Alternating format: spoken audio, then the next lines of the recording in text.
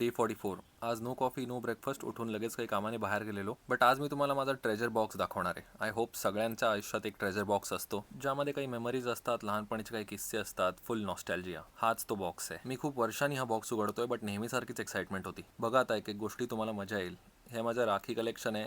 Every year बहिणींनी बनलेल्या राख्या, plus friendship day जेव्हा असायचे त्यावेळेसचे सगळे फ्रेंडशिप बँड्स अजूनही माझ्याकडे आहेत. I am not a reader, but teenage वयात वाचलेलं माझं फेवरेट नॉवेल. काही कलर पेन्सिल्स आणि माझा डिसेक्शन बॉक्स आम्ही का ठेवला माहिती नाही, रिकामा आहे, पण ह्याच्यावर पण रंगवलंय बघा. माझ्या कॉलेज टाइमचे काही आयडीज आणि माझे ड्रमस्टिक्स. मी ॲक्च्युली ड्रम्स शिकायचो काही टाइमसाठी. कॉलेज टाइमचा एक मेमोरेबल फोटो जो मला गिफ्ट केलेला माझ्या ग्रुपने. देन कम्स दिस बॉक्स. यामध्ये छोट्या छोट्या अशा खूप साऱ्या गोष्टी आहेत. ह्याच्यात अर्ध्याहून जास्त गोष्टी मी का ठेवल्यात हेच मला कधी कळलं नाही. प्रॉब्ली त्यांच्या रिलेटेड काही किस्से आणि memories, but pure nostalgia. 8 GB vintage memory card. Can you imagine? हा माझा व्हिडिओ 4-5 GB असेल. या काही 9mm बुलेट्स ज्या एका मूवी शूटचे प्रॉप्स होते. Some more memories and then comes Pokemon cards. लहानपणीचा खूप मेजर पार्ट होता पोकेमॉन, बेब्लेड ह्या गोष्टी, आणि त्यामध्ये काही गोष्टी होत्या ज्या मी सांभाळून ठेवल्या आहेत.